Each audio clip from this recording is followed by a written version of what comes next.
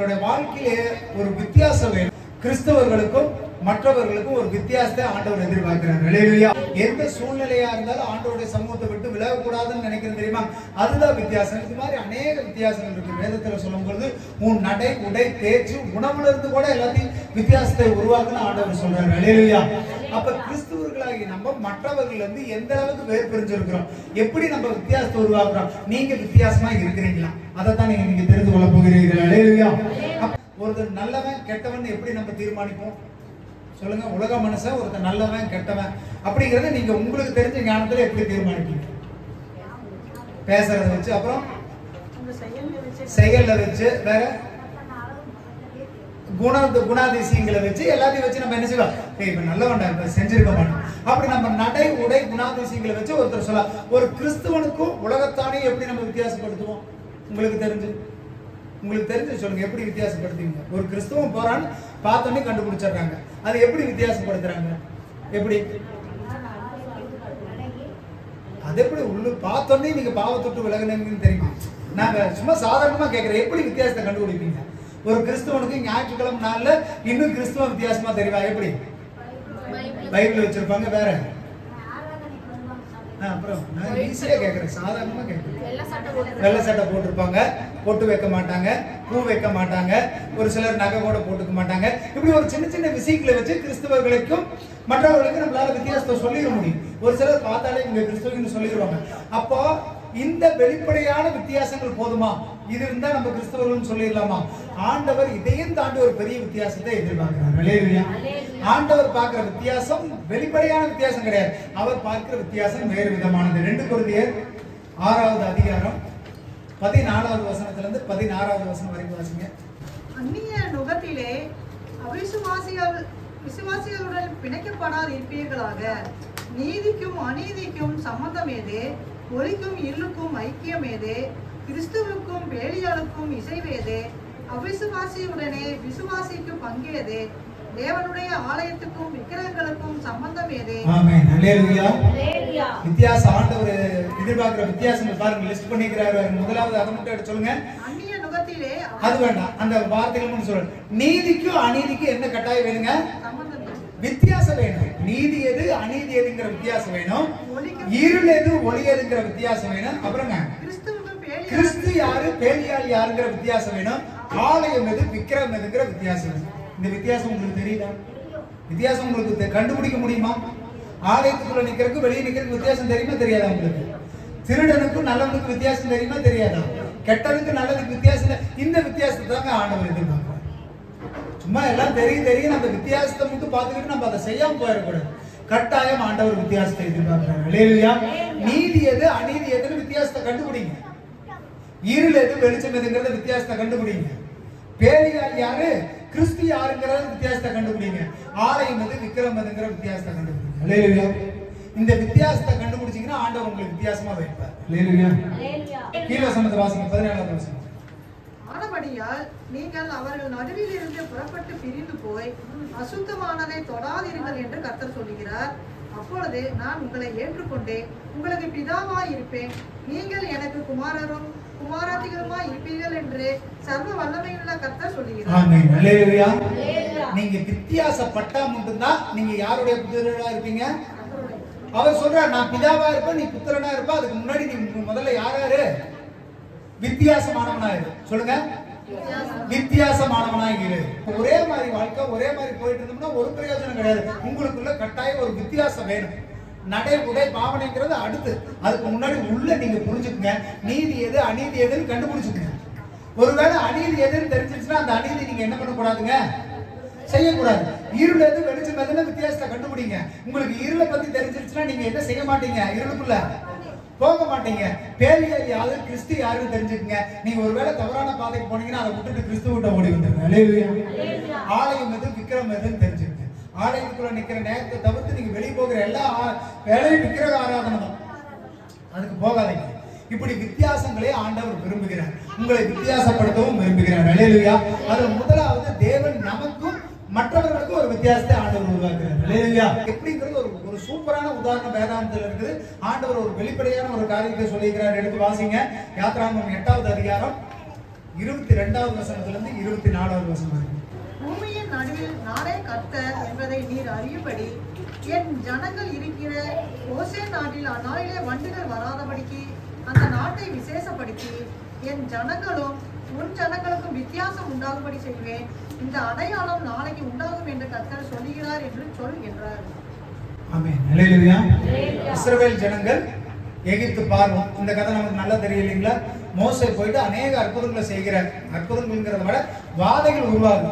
கிட்டத்தட்ட 10 வாதைகள் உருவாகுது. வண்டு வருது, பேன் வருது, நதியை அடிச்சு ரத்தமா மாறி மீன் செத்து நாறுது, தவளை வருது, வேற என்னனுங்க, பேன் வருது, கொள்ளை நோய் வருது, ஆடு மாடு மிருகங்கள் ஜீவன்கள் செத்து போகுது, கல் மழை அக்னி மழை பெய்யுது, பயங்கரமான உபத்திரவம், பயங்கரமான உபத்திரவம். இப்படி பல வாதைகளை வாய்த்தாரு.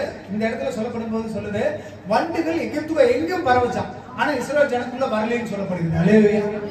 யாத்திராகமம் 11வது அதிகாரம் 5வது வசனம் 7வது வசனம் வாசிங்க. அப்பொழுது சிங்காசனத்தின் மேல் வீற்றிருக்கும் பார்வனுடைய தலைப்பிள்ளை முதல் ஏந்திரம் வரைக்கும் அடிமை பெண்ணுடைய தலைப்பிள்ளை வரைக்கும் எகிப்து தேசத்தில் இருக்கிற முதற் பெயர் அனைத்தும் மிருக ஜீவன்களின் தலையின் அனைத்தும் சாகும் என்று உரைக்கிறார் என்று சொன்னதும் அன்றி, அதனால் எகிப்து தேசம் எங்கும் முன்னும் பின்னும் ஒரு காலம் உண்டாகாத பெரிய கூக்குரல் உண்டாகும். ஆனாலும் கர்த்தர் எகிப்தியருக்கும் இஸ்ரவேலருக்கும் பண்ணின வித்தியாசத்தை நீங்கள் அறியும்படிக்கு இஸ்ரவேல் புத்திரர் அனைவருக்குள்ளும் மனிதர் முதல் மிருக ஜீவன்கள் வரைக்கும் ஒரு நாயாயிலும் தன் நாவை அசைப்பதில்லை. ஆமென். ஹல்லேலூயா. ஆண்டவர் சொல்றாரு பாருங்க, எகிப்துல அத்தனை பேர் செத்து போவோம், தலைச்சான்களா இருக்கிற அத்தனை பேர் செத்து போவோம், மிருக ஜீவன் கூட ஆண்டவர் விடல. ஆனா அவர் சொல்ற பாருங்க, இஸ்ரவேல் ஜனங்க ஒரு நாய் நாக்க கூட தள்ளாது. எவ்வளவு பெரிய வித்தியாசம் பாருங்க. ஆண்டவர் உங்களை எப்படி வித்தியாசப்படுத்த விரும்புறாரு? நீங்க என்ன நிலைமையில இருக்கிறீங்க? நீங்க வித்தியாசமா இருக்கிறீங்களா? கேள்வி கேட்டுக்கணும். உங்களை நீங்க யோசிங்க. ஆண்டவர் எப்படி பிரிச்சு வச்சிருக்கிறாரு பாருங்க. அத்தனை பேர் சாவான், ஆனா உங்க வீட்டுல உங்க நாயோட சாகாதுங்க.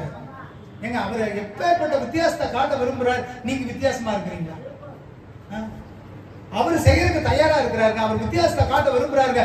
உலகத்தானுக்கு உங்களுக்கு ஒரு பட்டி மேல உங்களை தூக்கி வைக்கணும்னு நினைக்கிறாருங்க. உங்களுக்கு அவருக்கு வித்தியாசம் வேணுங்கிறது ஆண்டவருடைய விருப்பம். நீங்க விரும்புறீங்களா? விரும்பினா கட்டாய வித்தியாசத்தை பார்ப்பீர்கள். ஹல்லேலூயா. அதே பாடு, அதே கஷ்டம், அதே நாசம், அதே மோசம் அவனுக்கு வரதே உங்களுக்கு வந்தா நீங்க இஸ்ரவேல் ஜனங்களா இருக்கிறதுல என்ன பிரயோஜனம்? ஆண்டவர் அதை விரும்பல. தலைச்சான்கள் முதற்கொண்டு கொண்டார். இன்னைக்கு செத்து இருந்தா நம்மள இருந்திருக்கவே மாட்டோம். நம்ம சந்ததியா இருந்திருக்க. அவர் உங்க மேல கிருமியா இருக்கு, உங்க மேல இரக்கமா இருக்கிற, உங்களை காப்பாத்தோன்னு அவர் விரும்புறார். நீங்க எந்த அளவுக்கு நீங்க எப்படி இருக்கிறீங்க? நீங்க ஆண்டவருக்கு முன்னாடி வித்தியாசத்தை காட்ட விரும்புறீங்களா? இன்னைக்கு நான் ஒரு விஷயத்தை கற்றுக் கொடுக்கிறேன். வித்தியாசமா பழகிறதுக்கு என்ன விஷயங்கிறது முதலாவது ஒரு விஷயத்தை நான் கற்றுக்கிறேன். தயவு செய்து வித்தியாசமா இருக்கு. ஆண்டவர் உங்களை பிரிச்சதுக்கு அப்புறம் நீங்க எங்க போய் திரும்ப அந்த சேத்துக்குள்ளேயே விழுகிறீங்க? ஆண்டவர் ஒரு வித்தியாசத்தை காட்ட விரும்புறார். கிறிஸ்தவனா பிரிச்சு எடுத்து தாயின் கர்ப்பத்துல உங்களை உருவாக்கி நீ வித்தியாசமானவன் முத்திரை குத்திட்டாரு. திரும்ப நான் அதே கேடு கட்டவன் தான், அதே குப்பைக்குள்ளதான் இருக்கிற, அதே பாவத்துக்குள்ளதான் இருக்கிற, பழசு செஞ்சதுதான் செய்வதா. உங்களுக்கு மற்றவனுக்கு என்ன வித்தியாசம்?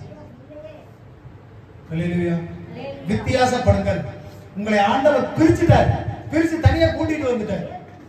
பிரித்து எடுத்ததுக்கு அப்புறம் திரும்ப நீங்க அதே வேலையை செய்யாதீங்க. உங்களுடைய வித்தியாசம் மிக மிக மிக முக்கியம். கிறிஸ்தவர்களா இருக்க வேண்டியது வித்தியாசமா இருந்ததாகணும். வித்தியாசமானவங்க பைத்தியம்னா சுத்த சொல்லல. நிறைய பேர் வித்தியாசம்னா என்னங்க, பைத்தியமா இருக்கிறவங்க வித்தியாசம். இந்த வித்தியாசம் உங்களை பரிசுத்தப்படுத்தும். ஹல்லேலூயா. இந்த வித்தியாசம் உங்களை அக்கினியிலிருந்து பாதுகாக்கும். ஹல்லேலூயா. இந்த வித்தியாசம் உங்க பரலோக ராஜ்யம் கூட்டிட்டு போகும். கரங்களை தட்டி தேவனுடைய நாமத்தை கர்த்தர் உங்களை வித்தியாசப்படுத்தினாருங்க. எகிப்துக்கு இஸ்ரவேலுக்கும் பெரிய வித்தியாசம். அங்க செத்துக்கிட்டு இருக்கிறாங்க, இங்க சந்தோஷமா இருக்கிறாங்க. இன்னொரு வசனம் வாசிங்க. யாத்திராகமம் 10வது அதிகாரம் 20வது வசனத்துல இருந்து 23வது வசனம் வரைக்கும். கர்த்தரோ பார்வோனின் இருதயத்தை கடினப்படுத்தினார், அவன் இஸ்ரவேல் புத்திரரை போக விடவில்லை. அப்பொழுது கர்த்தர் மோசேயை நோக்கி, தடவி கொண்டிருக்கத்தக்கதான இருள் எகிப்து தேசத்தின் மேல் உண்டாகும்படிக்கு உன் கையை வானத்திற்கு நேராக நீட்டு என்றார். மோசே தன் கையை வானத்திற்கு நேராக நீட்டினான். அப்பொழுது எகிப்து தேசம் எங்கும் 3 நாள் மட்டும் காரிருள் உண்டாயிற்று. 3 நாள் மட்டும் ஒருவர் காணவும் இல்லை, ஒருவரும் தம்மிடத்தை விட்டு எழுந்திருக்கவும் இல்லை. இஸ்ரவேல் புத்திரர் யாவருக்குமோ எனில் அவர்கள் வாசஸ்தலங்களிலே வெளிச்சம் இருந்தது. ஆமென். ஹல்லேலூயா. இஸ்ரவேல் ஜனங்களுக்கு என்ன இருந்ததாமாங்க? வெளிச்சம் இருந்ததுங்க. ஹல்லேலூயா. ஹல்லேலூயா. பார்த்தா என்ன நடக்குது? அங்க இருளா இருக்குது, தடவி தெரிஞ்சுட்டு இருக்கிறாங்க. இங்க எப்படி இருக்குங்க? வெளிச்சமா இருக்குதா? ஹல்லேலூயா. தேவனே உங்கள் வெளிச்சமா இருப்பார். ஹல்லேலூயா. இதுக்கு 2 வாரத்துக்கு முன்னாடி பேசின வார்த்தை என்னங்க? நீங்கள் ஒளியா இருங்கள்னு பேசினா அந்த ஒளி உங்களுக்குள்ள இருந்ததுன்னா ஆண்டவர் உங்களை சுற்றி பிரகாசிக்க பண்ணுவார். கர்த்தர் தாங்க உங்க நித்திய வெளிச்சம். அவர் வெளிச்சமா இருக்கும்போது நீங்க இருளுக்குள்ள நடக்கிறீங்க. ஆண்டவர் உலகத்துல எத்தனையோ சூழ்நிலை மோசமாங்க, எத்தனையோ பேர் ரொம்ப கடல்லையும் கஷ்டத்திலையும் கவலையிலையும் கண்ணீர்ல இருந்து எத்தனையோ பேர். ஒரு போன மாசத்துல ஒன்று பார்த்துருப்பீங்க, ஒரு டாக்டர் ஃபேமிலி 50 கோடி ரூபாய் கடன் சொல்லி கணவன் மனைவி பிள்ளைங்க எல்லாரும் செத்து போயிட்டாங்க. இருள் மூடிக்கொண்டது. உங்களை இருள் மூடக்கூடாதுன்னா நீங்க எப்பேற்பட்டவர்களா இருக்கணும்? இன்னைக்கு என்ன தலைப்பு? நீங்க எப்பேற்பட்டவர்களா இருக்கணும்? வித்தியாசமா இருக்கு. உங்களுடைய வித்தியாசம் தான் உங்களை இருளை என்னவா மாற்றுங்க? வெளிச்சமாய் மாற்றும். அன்னைக்கு இஸ்ரவேல் ஜனங்கள் வெளிச்சமா இருந்ததுக்கு காரணம் அவர்களை ஆண்டவர் வித்தியாசப்படுத்தினார். நீயும் உலகத்தான ஒண்ணுனா ஒரு பிரயோஜனம் இல்லையா? கிறிஸ்துவ வழிபட்டு என்னங்க பிரயோஜனம்? ஆண்டவர் உங்களுக்கு கட்டாயம் ஒரு மார்க்கை போட்டு அனுப்பிச்சிட்டாருங்க. இப்பெல்லாம் அந்த பச்சை குத்துறாங்க இல்லையா, பார்த்தாலே என்ன பண்ணுவாங்க, ஒரு சில கொள்ளைக்காரங்களை பச்சை குத்திக்குவாங்க. அந்த மார்க் பார்த்தாலே அந்த குரூப்பை சேர்ந்தவன் இந்த குரூப்பை சேர்ந்தவன் அந்த காலத்துல சொல்லுவாங்க. ஆண்டவர் உங்களுக்கு சொல்றாரு, நீங்க கிறிஸ்துவின் பிள்ளைகள். ஆண்டவருக்கு வித்தியாசப்படுத்துறாரு. அல்லேலூயா. நீங்களாம் யாருடைய பிள்ளைகள்? கிறிஸ்துவின் பிள்ளைகள். ஆண்டவர் வித்தியாசப்படுத்த விரும்புகிறார். நீங்கள் வித்தியாசமா இருக்கீங்க. அல்லேலூயா. எல்லா பக்கம் இருள், உங்களை சுற்றி இருள் இருந்தாலும் உங்களுக்குள்ள கட்டாயம் உங்க வீடு எப்படிதான் இருக்குங்க? பிரகாசமா தான் இருக்கும். உங்க வீடு வெளிச்சமா தான் இருக்கும். யாத்திராகமம் 9வது அதிகாரம் 25வது வசனம் 26வது வசனம். எகிப்து தேசம் எங்கும் மனிதரையும் மிருக ஜீவன்களையும் வெளியில இருந்தவைகள் எவைகளோ அவைகள் எல்லாவற்றையும் அந்த கல்மலை அழித்து போட்டது. அது வெளியின் பயிர் வகைகளை எல்லாம் அழித்து வெளியின் மரங்களை எல்லாம் ஒட்டி போட்டது. இஸ்ரவேல் புத்திரர் இருந்த கோசேன் நாட்டில் மாத்திரம் கல்மலை இல்லாது இருந்தது. ஆமென். அல்லேலூயா. இப்ப அடுத்தது ஆண்டவர் ஒரு வாதை வந்து பண்றாரு. கல்மலை மேல கல்மலை அக்னி வருது, வந்து எல்லா பயிர் வகைகளையும் நாசம் பண்ணிடுச்சுங்க. எல்லா உடஞ்சு கொப்புகளை உடைச்சு எல்லாத்தையும் கொடுத்து ஆடு மாடு மிருக ஜீவன்கள் செத்து போச்சு. ஆனா இஸ்ரவேல் ஜனங்களுக்குள்ள என்ன வரலையாமா? அந்த கல்மலை அக்னி வரவே இல்லை. எங்க போச்சு? எப்படிங்க போச்சு? ஆண்டவர் உங்களை பாதுகாக்க விரும்புறாங்க. உங்களுக்கு தீமை எல்லா பக்கம் இருக்கு, சோதனை எல்லா பக்கம் இருக்கு, பாடுகள் எல்லா பக்கம் இருக்கு. ஆனா ஆண்டவர் சொல்றாரு, உன்னையும் உன்னை சுற்றி இருக்கிற அனைத்து ஆண்டவர் வேலையை அடைக்கிறார். உங்களுக்கு தீமை வராது. காரணம் ஆண்டவர் உங்களை வித்தியாசப்படுத்தி இருக்கிறார். மற்றவர்களுக்கு வர்ற பிரச்சனைகள் போராட்டங்களே நமக்கு வரணுங்கிறது கிடையாது. ஏப்ப அவனுக்கு வந்தது எனக்கு வர்றதுக்கு எவ்வளவு நேரம் ஆகுதுன்னு சொல்லாதீங்க. ஆண்டவர் உங்களை வித்தியாசப்படுத்தி உங்களை தனிமைப்படுத்தி உங்களுக்கு எந்த ஆபத்து வராம இருக்கும்னு ஆண்டவர் விரும்புறாரு. அந்த வித்தியாசத்தை நீங்க உணர்ந்தீங்கன்னா தான் தப்பிச்சுக்கொள்ள முடியும். அந்த வார்த்தை கேட்டு யாரெல்லாம் அந்த ஆடு மாடு மிருக ஜீவன்களை உள்ள கூப்பிட்டானோ வீடுகளை பொந்துக்கிட்டானோ அவன் தப்பிச்சுக்கிட்டான். அப்படி ஆண்டவருடைய வார்த்தை கேட்காத எல்லாரும் செத்து போயிட்டாங்க. மிருக ஜீவன் முதல் கொண்டு பயிர் வகையில் வந்து எல்லாமே அழித்தது. ஆண்டவர் உங்களை போட்டு பாதுகாக்கிறது இல்லை. முதலாவது உங்களை பாதுகாக்கிறார். எந்த ஆபத்து நாசம் ஏற்படாதபடி அங்க தலைச்சான்கள் அத்தனை செத்தது, இங்க ஆண்டவர் பாதுகாக்கிறார். இரண்டாவது, உங்களுடைய வெளி நிலங்கள் பயிர் வகைகளிலே ஆண்டவர் பாதுகாக்கிறார். உங்களுக்கு உண்டான ஆஸ்தி அந்தஸ்துகளை பாதுகாக்கிறார். யாத்திராகமம் 9வது அதிகாரத்துல 3வது வசனம் 4வது வசனம் வாசிங்க. கர்த்தருடைய கரம் வெளியில் இருக்கிற உன் மிருக ஜீவன்களாகிய குதிரைகளின் மேலும் கழுதைகளின் மேலும் ஒட்டகங்களின் மேலும் ஆடு மாடுகளின் மேலும் இருக்கும். மகா கொடிதான கொலை நோய் உண்டாகும். கர்த்தர் இஸ்ரவேலரின் மிருக ஜீவன்களுக்கும் எகிப்தியரின் மிருக ஜீவன்களுக்கும் வித்தியாசம் பண்ணுவார். இஸ்ரவேல் புத்திரருக்கு உரியவைகள் எல்லாவற்றிலும் ஒன்றும் சாவதில்லை என்றார். ஆமென். அல்லேலூயா. ஆண்டவர் மிருக ஜீவன்களை கூட அழிக்க விட மாட்டாருங்க. உங்க பக்கத்துல உங்க வீட்டுல நீங்க வச்சிருக்க உங்க ஆஸ்தி அந்தஸ்து சொத்து எதை நம்பி இருக்கிறீங்களோ அது கூட உங்களை விட்டு அழிஞ்சு போகும். திடீர்னு வருது, திடீர்னு கொள்ளை நோயில சாகுதுன்னு நினைக்காதீங்க. நம்ம ஏதோ ஆண்டவருக்கு பிரியமில்லாத செஞ்சா மட்டும்தான் நம்மளுடைய மிருக ஜீவனோட நம்மளை விட்டு போகும். வித்தியாசத்தை ஆண்டவர் உருவாக்குகிறார். அல்லேலூயா. உங்களை மட்டும் ஆண்டவர் பாதுகாக்கிறதால உங்களுடைய பயிர் நிலங்களா இருக்கட்டும், உங்களுடைய மிருக ஜீவங்களா இருக்கட்டும், அனைத்தையும் ஆண்டவர் பாதுகாத்து வெளியே அடைக்கிறார். காரணம் என்ன தெரியுமா? உலகத்துக்கானுக்கும் உங்களுக்கு ஆண்டவர் ஒரு வித்தியாசத்தை காட்ட விரும்புகிறார். அல்லேலூயா. ஆண்டவர் உங்களை வித்தியாசப்படுத்திட்டாருங்க. நீங்க தாயின் கருவுல உருவாகும் போதே நீங்க வித்தியாசமானவங்க முத்திரை குத்திட்டாருங்க. நீங்க வித்தியாசமா இருக்கிறீங்களா? இந்த வித்தியாசம் எப்படி வரும்? ஒன்னே ஒண்ணுனாலதான் இருக்கு இந்த வித்தியாசம். வேற எதனால இந்த வித்தியாசத்தை கொண்டு வர முடியாது. இஸ்ரவேல் ஜனங்களுக்கு எகிப்திற்கு வந்த வித்தியாசத்துல அது ஆண்டவர் காட்டும் முதலாவது வித்தியாசம் என்ன தெரியுங்களா? அந்த வித்தியாசம் வர்றதுக்கு முதல் காரணம் என்னங்கிறது கீழே வாசிங்க. யாத்திராகமம் 12வது அதிகாரம் 12வது வசனம் 13வது வசனம்.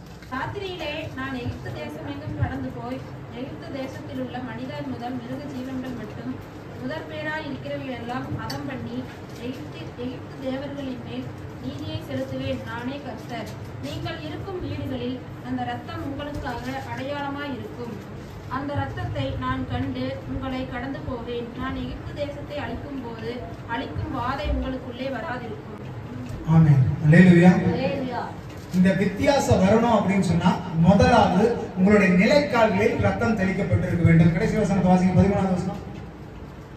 நீங்கள் இருக்கும் வீடுகளில் அந்த ரத்தம் நீங்கள் இருக்கும் வீடுகளில் அந்த ரத்தம் உங்களுக்காக அடையாளமாய் இருக்கும். அல்லேலூயா. இயேசுவினுடைய ரத்தம் உங்க வீடுகள்ல இருந்ததுன்னா அதுதான் முதலாவது வித்தியாசம். அல்லேலூயா. ஆண்டவர் நமக்காக மரித்தார், நமக்காக ரத்தம் சிந்தினார். எதற்கு? உங்களுக்கும் மற்றவர்களுக்கும் கிறிஸ்துவர்களுக்கும் கிறிஸ்துவை அறியாதவர்களுக்கும் வித்தியாசம் உருவாக்குறதுக்கு தான் ஆண்டவர் ரத்தத்தை சிந்தினார். அந்த ரத்தம் உங்க வீட்டு நிலைக்கால்கள்ல இருந்ததுன்னா, அந்த ரத்தம் உங்க வீட்டு வாசல்கள்ல இருந்ததுன்னா, அந்த ரத்தம் உங்களை சுத்தப்படுத்தும், உங்களை பாதுகாக்கும், உங்களை அழிவிலிருந்து மீட்டுக் கொள்ளும். அல்லேலூயா. இயேசுவின் ரத்தம் எங்க சிந்தப்பட்டுச்சோ, எதற்காக சிந்தப்பட்டுச்சுங்க? நம்மளுடைய பாவத்தை போக்கி நம்மளை பக்கத்தில் இருக்கிறதுக்கு தான் ஆண்டவர் ரத்தத்தை சிந்தினார். அந்த ரத்தத்தை யாரெல்லாம் உணர்ந்தாங்களோ, அந்த ரத்தத்துக்குள்ள யாரெல்லாம் வந்தாங்களோ, அந்த ரத்தத்தை யாரெல்லாம் நம்பினார்களோ, புசித்தார்களோ, குடித்தார்களோ, ஆண்டவர் தொழுது கொண்டார்களோ அவர்கள் பாதுகாக்கப்பட்டார்கள். அல்லேலூயா. இயேசுவின் ரத்தம் சகல பாவங்களையும் நீக்கி சுத்திகரிக்கும். அல்லேலூயா. அவருடைய ரத்தத்தை உங்க நிலைக்கால்களில் வைத்திருக்கிறீங்களா? அப்படின்னா என்ன? ரத்தத்தை நிலைக்கால்களில் வைக்கிறதுனா என்ன? அவரை நம்ம விசுவாசிச்சு ரட்சிச்சு ஏற்றுக்கொண்டு ஞானஸ்நானம் எடுத்து அவருடைய சமூகத்துல கூடி ஜெபிச்சு ஆராய்ச்சி நம்ம வீட்டுல துதி சத்தம் இருந்துகிட்டே இருந்ததுன்னா இயேசுவின் ரத்தம் நம்ம வீட்டு நிலைக்கால்கள் இருக்கிறதா இருக்கு.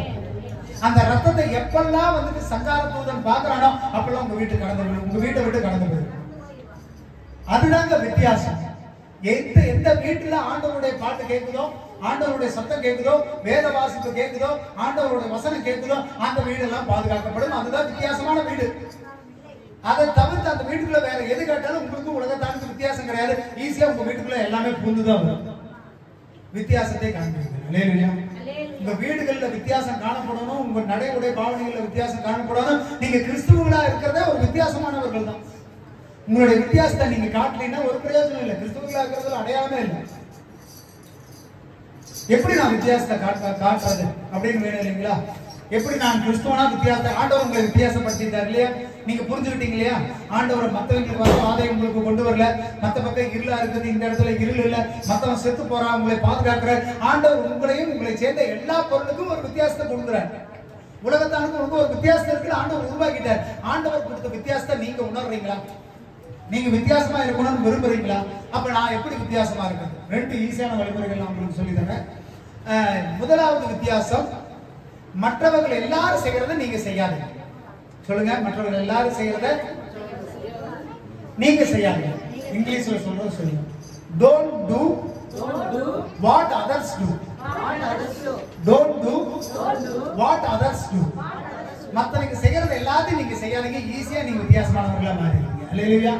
மத்தவங்க என்ன செய்வான்? உலகத்தான் ஒரு தவறான வழிக்கு போறவன் என்ன செய்வான்? குடிப்பான், களவு செய்வான், திருடுவான், பொய் சொல்லுவான். இது எதுவுமே நீங்க செய்யாதீங்க. மத்தவன் செய்யறது நீங்க செய்யாதீங்க. அதுதான் உங்களுக்கு மற்றவர்களுக்குள்ள வித்தியாசம். மத்தவன் செய்யறதே நீங்களும் செஞ்சீங்கன்னா கிறிஸ்துவனாக்கிறதுல உங்களுக்கு என்ன வித்தியாசம்? முதலாவது மற்றவர்கள் செய்வதை நீங்க செய்யாதீங்க. ரெண்டாவது இன்னொன்று இருக்குது, இதை விட கொஞ்சம் நெருக்கமா, உங்களுக்கு பிடிச்சதை செய்யாதீங்க. சொல்லுங்க, பிடிச்சதுன்னா என்ன தெரியுங்களா? தேவையில்லாத விஷயங்கள் உங்களுக்கு பிடிச்சிருந்தா எதையும் செய்யாதீங்க. வாசிங்க ஏசாயா 58வது அதிகாரம் 13வது வசனம்.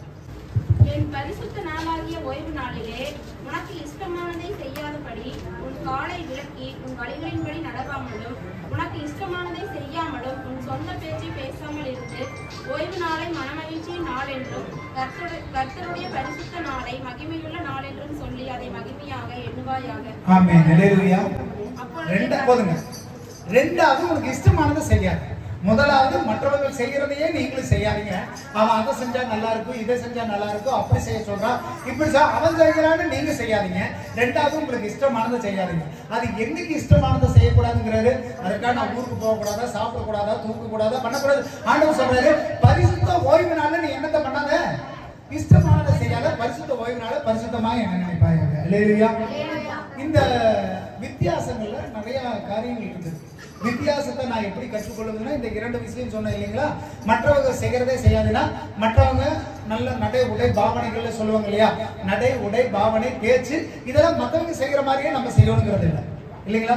கிறிஸ்தவர்கள் தங்களுடைய நடையை பார்த்துக் கொள்ளணும். எப்படி பண்ணணும்?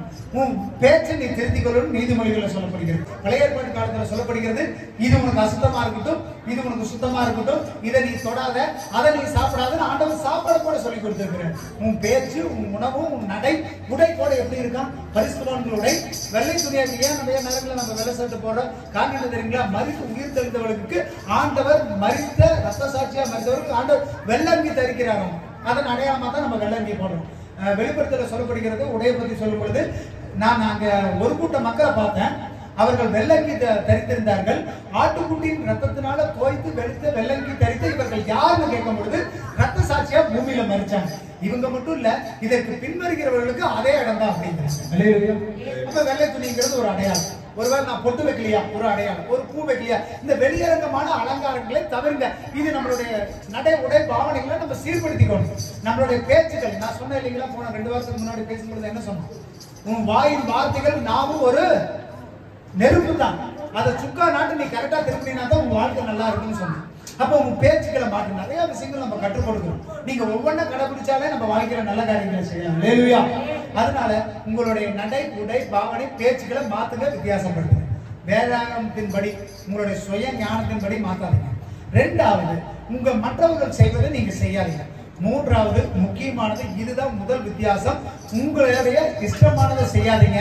அது பரிசுத்த ஓய்வுனால எந்த காரியத்தை செஞ்சிடாதீங்க. கீழே வாசிங்க, எசேக்கியேல் 44வது அதிகாரம் 23வது வசனம். அவர்கள் பரிசுத்தமானதற்கும் பரிசுத்தம் அல்லாததற்கும் தீட்டானதற்கும் தீட்டல்லாததற்கும் இருக்கும் வித்தியாசத்தை என் ஜனத்துக்கு போதித்தே அவர்களுக்கு தெரிய பண்ண கடவர்கள். ஆமென். ஹல்லேலூயா. ஒரு ஊழியனோட முக்கியமான வேலை என்ன தெரியுங்களா? உங்களுக்கு வந்து எது படிங்க? பரிசுத்தமானதற்கும் பரிசுத்தம் அல்லாததற்கும் தீட்டானதற்கும் தீட்டல்லாததற்கும் இருக்கும் வித்தியாசத்தை என் ஜனத்துக்கு போதித்து. ஹல்லேலூயா. எங்களுடைய வேலை என்னங்க? வித்தியாசத்தை காட்டணும்.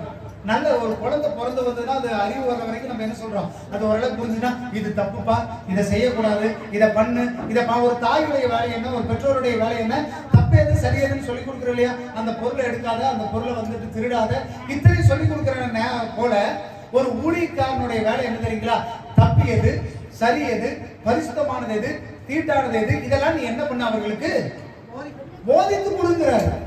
இதை சொல்லாம வேற எத்தனை வசனங்கள் சொன்னாலும், எத்தனை வார்த்தைகள் சொன்னாலும் அதுல ஒண்ணுமே முன்னேற்றம் இருக்காது. உங்க வாழ்க்கையில முன்னேற்றம் வரணும், உங்க வாழ்க்கையில ஒரு ஆசீர்வாதம் வரணும், நீங்க வித்தியாசப்பட்டவர்களா இருக்கணும். முதலாவது வித்தியாசம் எடுக்கிறத நான் உங்களுக்கு சொல்லி கொடுத்தாங்க.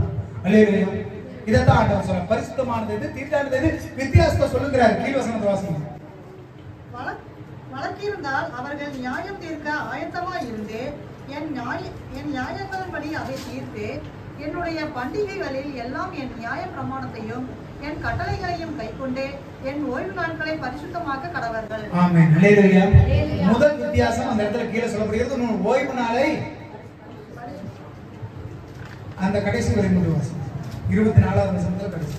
என் ஓய்வு நாட்களை பரிசுத்தமாக்க கடவர்கள். என் ஓய்வு நாட்களை பரிசுத்தமாக்க கடவர்கள். ஹல்லேலூயா. இன்னைக்கு நீங்க கத்துக்க வேண்டிய முதல் வித்தியாசம், அநேக வித்தியாசங்கள் இருக்கு. இன்னைக்கு நான் சொல்லி தர ஒரே ஒரு வித்தியாசம், கிறிஸ்துவனுக்கும் மற்றவர்களுக்கும், அதாவது புறஜாதியர்களுக்கும் கிறிஸ்துவை அறியாதவர்களுக்கும் உள்ள முதல் வித்தியாசம், ஓய்வு நாளை நீங்க எப்படிதான் ஆசரிச்சாகணும். அப்படி நீங்க ஆசரிக்கலன்னு சொன்னா ஒரு பிரயோஜனம் கிடையாது. முதல் கோணல் எப்படிங்க? ஞாயிற்றுக்கிழமை நாள கிறிஸ்துவன் சொல்ல வீட்டுல கரியாக்கி தின்னுட்டு மலாக்கப்படுத்து டிவி பார்த்துட்டு இருந்தீங்கன்னா வெளியிருந்து பார்க்க வேண்டாம் சொல்லுவான். நீ கிறிஸ்துவன்னு சொல்லுவாங்க. உங்க மனசாட்சி சொல்லுமா நீங்க கிறிஸ்துவன்னு? இன்னைக்கு ஒருவேளை சபைக்குள்ள வரதை விட்டு போட்டு வெளியில ஊருக்கு போயிட்டு மற்ற இடங்கள்லாம் போயிட்டு எல்லா பக்கம் சுத்திட்டு வந்துட்டு நான் கிறிஸ்துவன்னு சொல்றது உங்க மனசாட்சி ஏத்துக்குமா? அப்படி ஏத்துக்கிற அளவுக்கு நீங்க அந்த அளவுக்கு கல் நெஞ்சக்காரங்களா? ஆண்டவர் அதான் சொல்றது, எவ்வளவு உனக்கு கடின இறுதியம். அப்படி ஒருவேளை நீங்க ஏத்துக்கிட்டீங்கன்னா, ஆராதனையை தவிர்த்துட்டு மற்ற எல்லா வேலைகளையும் செஞ்சுக்கிட்டு அது சரிதான் நீங்க ஏத்துக்கிட்டீங்கன்னா, உங்களமான கடினமானவர்கள் யாரும் கிடையாது. இந்த இடத்துல ஆண்டவர் சொல்றாரு, தீமைக்கும் நன்மைக்கும் வித்தியாசத்தை சொல்லு, பரிசுத்த எது தீட்டானது என்கிற வித்தியாசத்தை சொல்லு. அந்த வித்தியாசத்துல முதல் படியே பரிசுத்த நாளை பரிசுத்தமாய் ஆசரிக்கணும், ஓய்வு நாளை பரிசுத்தமாய் ஆசரிக்கணுங்கிறார். அல்லேலூயா. எசேக்கியேல் 22வது அதிகாரம் 26வது வசனம். அதில் ஆசாரியர்கள் என் வேதத்துக்கு அநியாயம் செய்து என் பரிசுத்த வஸ்துக்களை பரிசுத்த குலைச்சல் ஆக்குகிறார்கள்.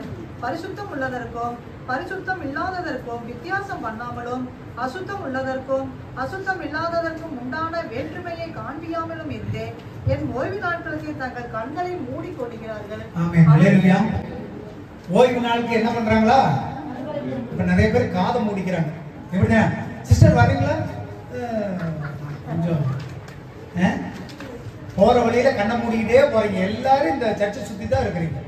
என்ன எல்லாரும் சர்ச்சை அப்படியே கண்ணை மூடிக்கிட்டே போயிடுறேன். ஓய்வு நாளுக்கு என்ன பண்றாங்களா? கண்ணை மூடிக்கிறாங்களா? காதையும் சேர்த்து மூடிக்கிறாங்க. இப்பெல்லாம் போன் எடுக்கிறது இல்லை. போன் ரிங் ஆச்சுன்னா அப்படியே வச்சிருக்கு. கர்த்தர் பார்த்துக்கிட்டு இருக்கிறாங்க. நீ பரிசுத்தமானதுக்கு தீட்டானதுக்கும் நல்லதுக்கு கெட்டதுக்கு நன்மையான நாள் எது தீமையான நாள் எதுன்னு உங்களுக்கு வித்தியாசம் தெரியலனா ஞாயிற்றுக்கிழமையும் ஓய்வு நாளோ ஆராதனைக்கு போற நாளும் மற்ற நாளும் உங்களுக்கு ஒரே மாதிரி இருக்குன்னா ஒரு பிரயோஜனம் கிடையாது. மற்றவங்களுக்கு வித்தியாசம் தெரியுது. ஞாயிற்றுக்கிழமை நாளும் மற்ற நாளுக்கு வித்தியாசம் தெரியல. ஞாயிற்றுக்கிழமையும் அதே வேலை, ஞாயிற்றுக்கிழமையும் அதே கல்யாணம், ஞாயிற்றுக்கிழமையும் அதே ஊரு, ஞாயிற்றுக்கிழமையும் அதே வேலை. அப்ப இருந்து ஞாயிற்றுக்கிழமைக்கு மற்ற நாளுக்கு என்ன வித்தியாசம்? ஆராதனைக்கு மற்ற நாளுக்கு என்ன வித்தியாசம்? உங்களுக்கு வித்தியாசம் தெரியுதா? தேவன் உங்களை மாற்ற விரும்புகிறார், மாற்றி இருக்கிறார். அப்ப வித்தியாசம் வேணும்னா முதலாவது ஞாயிற்றுக்கிழமை ஓய்வு நாள், பரிசுத்த நாள், அது ஆண்டவருக்குரிய நாள். அதை விட்டுட்டீங்கன்னா உங்களுக்கு வித்தியாசமே தெரியாது. கிறிஸ்தவர்களா இருக்கிறது பிரயோஜனமே கிடையாது. அப்ப இந்த வித்தியாசத்தை உங்களுக்கு சொல்ல வேண்டியது எங்களுடைய கடமை. ஆண்டவர் வித்தியாசமா மாத்திட்டாரு அப்படின்னா முதல் வித்தியாசமே கிறிஸ்துவனாகிறவன் எங்க போகணும்? ஞாயிற்றுக்கிழமை சர்ச்சுக்கு போய் ஆகணும், ஆராதனைக்கு போய் ஆகணும். ஆராதனை நடக்கிற நேரத்தில் சபைக்குள்ள உட்கார்ந்து ஆகணும். அதுதான் உங்களுக்கும் மற்றவர்களுக்கும் வைக்கிற முதல் வித்தியாசம். மல்கியா 3வது அதிகாரம் 16வது வசனத்திலிருந்து 18வது வசனம் வரைக்கும் வாசிங்க. கர்த்தருக்கு பயந்தவர்கள் ஒருவரோடொருவர் பேசிக் கொள்வார்கள்.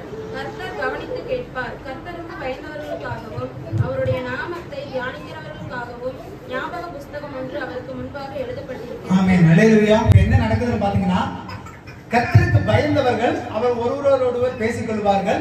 அவர்கள் பேசிக் கொள்றதை ஆண்டவர் எதில் எழுதி வைக்கிறாராமா?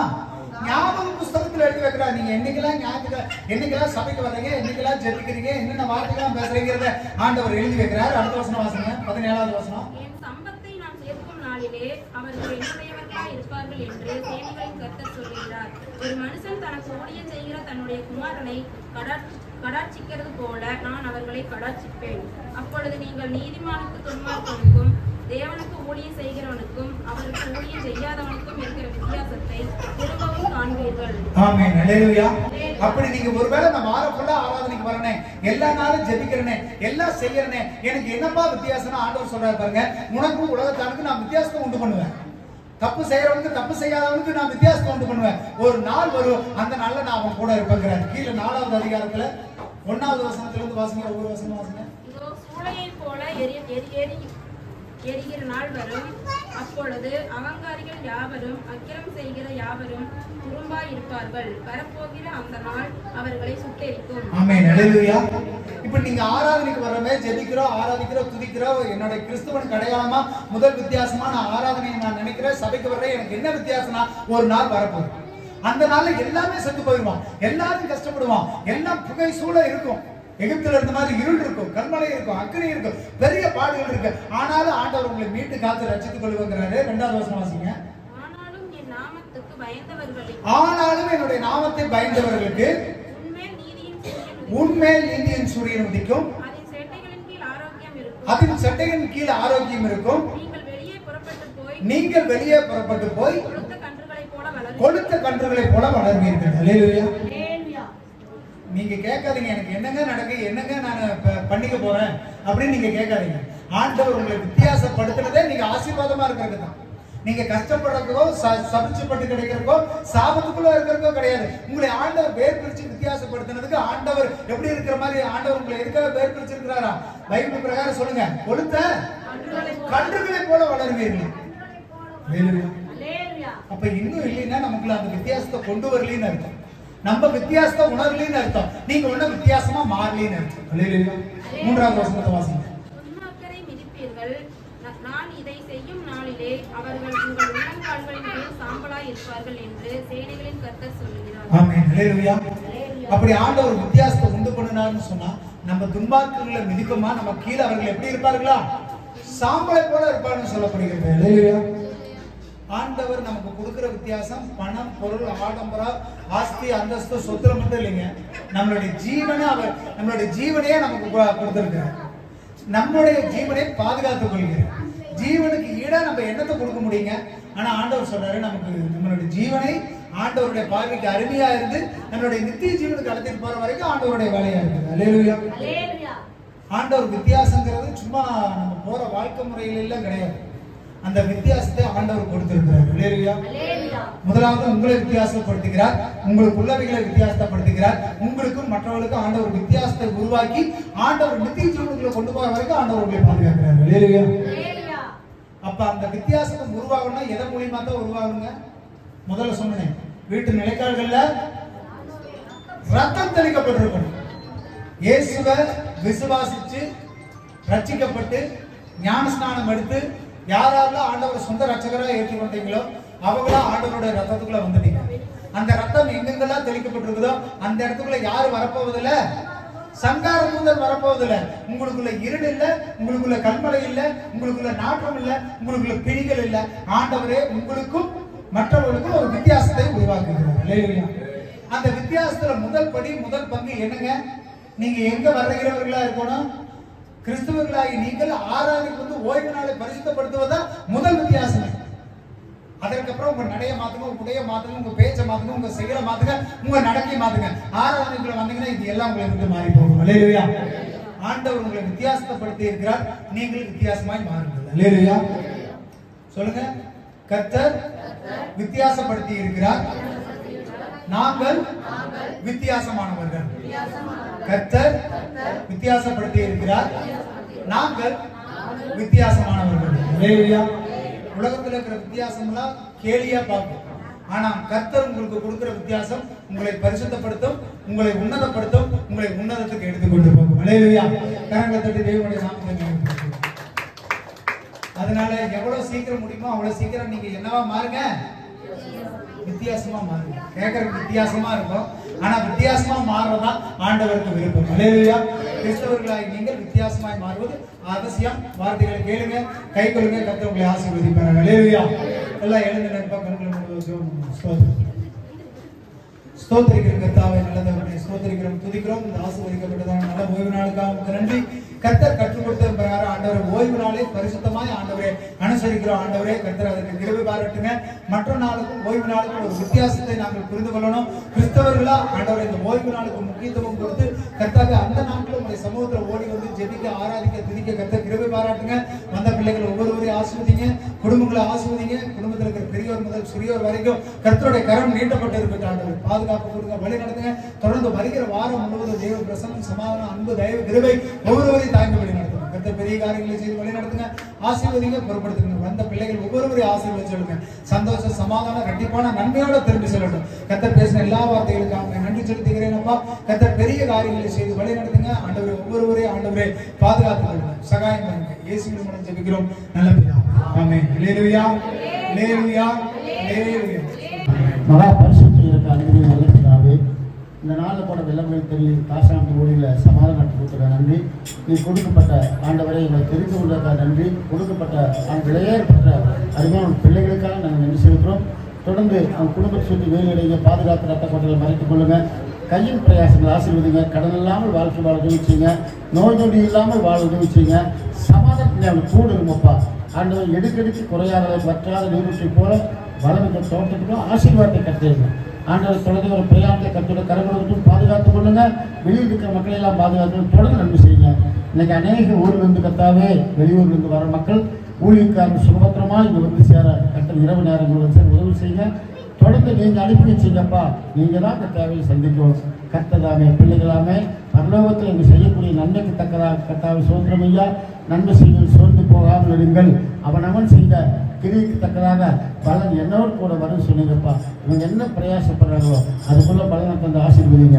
எங்களை தரை மட்டும் தாழ்த்துக்கிறோம். எங்களை ஒவ்வொருவரும் நீங்கள் பொறுப்படுங்க, பாதுகாத்து வழி நடத்துங்க. இயேசு கிருஷ்ணாவுக்கு இருக்கிற நல்ல பிதாவே. என் ஆத்துமாவை கர்த்தரை சோர்ந்து உள்ளமே என் ஆத்துமாவை கர்த்தரை சோர்ந்து கர்த்தரை சொல்லுவோம். உங்கள் ஊழியம் நானே கலங்கணும், அழைத்தவர் நீங்க நடத்தி செல்லீங்க உங்க ரூலிலும் நானே கலங்கணும். அழைத்தவர் நீங்க நடத்தி செல்லீங்க திட்டங்கள் தருபவரும் நீதானையா செயல்படுத்தி முடிப்பவரும் நீதானையா திட்டங்கள் தருபவரும் நீதானையா செயல்படுத்தி முடிப்பவரும் நீதானையா எஜமானனே எஜமானனே என் ராஜனே எஜமானனே